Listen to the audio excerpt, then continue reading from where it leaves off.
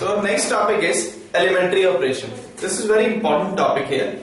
Elementary operation means we can find out the inverse of the matrix by using operation, by using properties. That is called elementary operation. So we have two ways to find the inverse by using elementary operation. That is one by taking row or one by taking column. So we can say elementary operation can be of two ways, by row operations and another by column operation.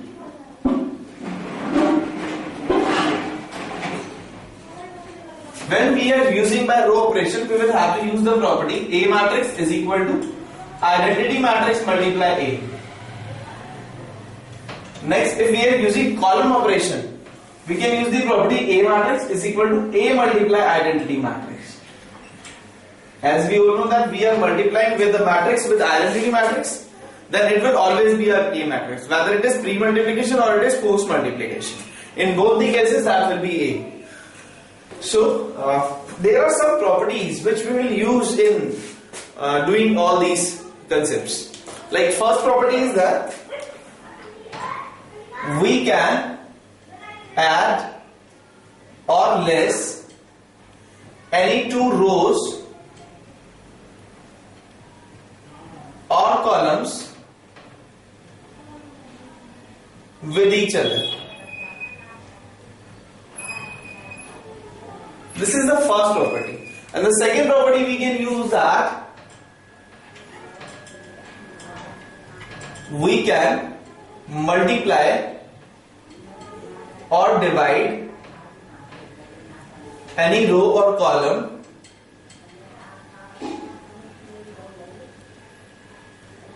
by a non-zero scalar value. And the third property we are having, we can interchange any two rows or columns with each other. We can interchange any two rows or columns with each other. But one more thing we have to keep in mind, that if we are using the elementary row operation, we will have to use the property related to rows only. Like this, we can have less any two rows, not columns, in case of elementary row operation. And if we are doing column operation, then we cannot use row at all. We will have to use we can add or less any two columns with each other. We can multiply or divide any column by a non-zero scalar value. We can interchange any two columns with each other if we are doing a column operation, and if we are doing a row operation, then these columns will be converted with rows only. So properties depends on what we are doing. We are doing by row operation, then different properties will be there, and we are doing with column operation, then different properties will be there. So we can take one example so that it will be clear to us that how we have to use that.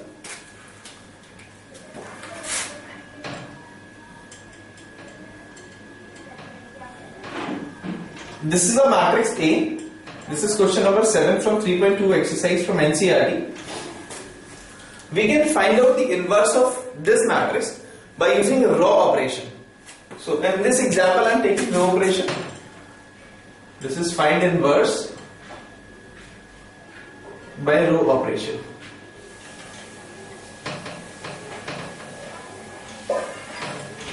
So very first, as we know, A matrix is equal to identity matrix multiply A.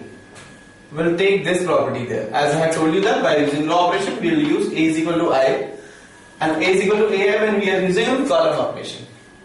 So A matrix is 3, 1, 5, 2 is equal to 1, 0, 0, 1 multiply A.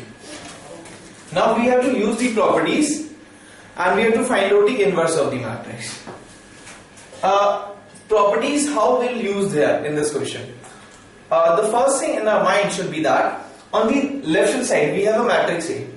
We have to use all these properties and we have to convert this matrix in identity matrix. Means this is the identity matrix. Whatever the changes we are doing on the left hand side, same changes we'll do on the right hand side. And when it will become identity matrix, at the same time we can say that this matrix will become inverse of the matrix. So we'll look further. The first step is that this place should be 1. Our first step is this place should be 1. So we have to form this place as 1. This is 3 only. So we can use the property rho 1 tends to 2 times of rho 1 minus rho 2. Means we are subtracting rho 2 from twice of rho 1. So firstly we'll make twice of rho 1, then we will subtract rho 2 from those elements. And the same property we'll use on the right hand side also. So this is twice of rho 1. Twice of rho 1 means it will not be 3 and 1. It will be 6 and 2. So we are having 6 and 2 and we can subtract 5 and 2 from those elements. So 3 to the 6 minus 5 will be having 1. And this is 1 into 2, that is 2 minus 2 will be having 0. If you want, we can explain it also. So first question I'll explain each and every element. That the first is twice of rho 1 minus rho 2. Twice of rho 1 means twice of 3 minus rho 2's element is 5.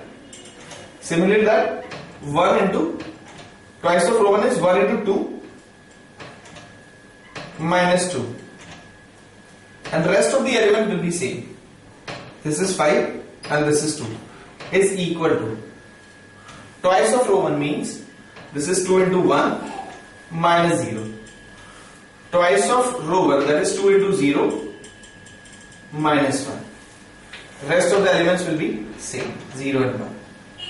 Matrix. There is no need to show these calculations like this. We can directly take the values. This is 3 to the 6 minus 5. 6 minus 5 is what? 1. So we can write 1 here. Like this. This is 2 into 1, 2. 2 minus 2 is 0. So we can directly write 0 here. This is 2 into 1 minus 0. So we can write 2 here. 2 into 0, 0. 0 minus 1 is 1. Negative 1. So we can write negative 1 here.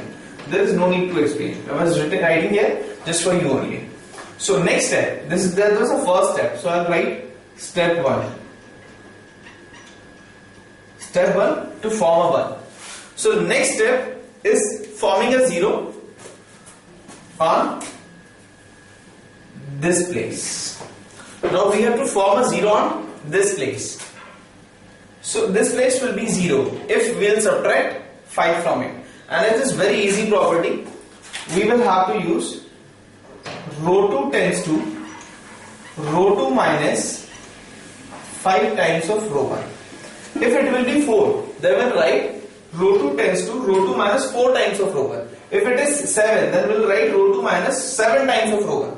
So making 0 is very easy step. That rho 2 minus whatever the constant value is there, that scalar times of rho 1. So that will be 0. So we'll apply this property here. Rho 1 will unchange. So 1, 0 means all the element of rho 1 will be same as the previous was there. This is 2 minus 1. So we will not change that. But rho 2's element will be changed.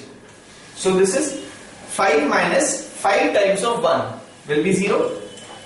2 minus 5 times of 0. This is 2 minus 5 times of 0. It will be 2. Then 0 minus 5 times of 2.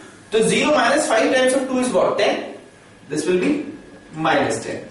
1 minus 5 times of minus 1. When we are doing 1 minus 5 times of minus 1.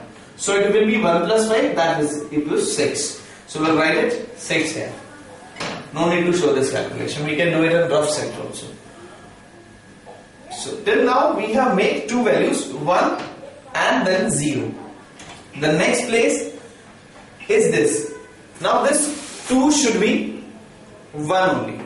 This place should be 1. So we have to make it 1. In this case, that was the step second. That was step second. Now we have step third. In fourth step, we will complete this concept. So next we have to form 1 here. So this will be row 2 tends to 1 by 2 times of row 2. In this case, we cannot make 1 by adding any rows or columns, because when we will find out by adding rows or columns, then this 0 will be disturbed. So we cannot disturb the previous element we have made. So this is row 2 tends to 1 by 2 times of row 2. So it will be 1, 0, 0, 2 by 2 is 1 is equal to, this is 2, minus 1, minus 5 and 3. This is a step 3. Next we have step 4. Step 4 is we have to form 0 here, but there is no need of step 4 because there is already a 0. If it will not be 0, for example, it is 2. For example, it is 2. Then we will write the property that row 2 minus twice of row 1 minus twice of row 2. If it will be 3, then we'll write row 1 minus thrice of row 2. If it will be 4, we'll write row 1 tends to 4 times of row 2. So that case, that will become 0, but right now it is already 0. There is no need to use the property, or there is no need to use step 4. So I'll remove this. Now it has become the identity matrix. So identity matrix is equal to dash matrix multiply A. Now we have a property that identity matrix is equal to A inverse multiply A. When we will check these steps with that property, then this is identity matrix, this is A matrix. So it must be what? Matrix A inverse. So here A inverse is 2, minus 1, minus 5 and 3. This is our result.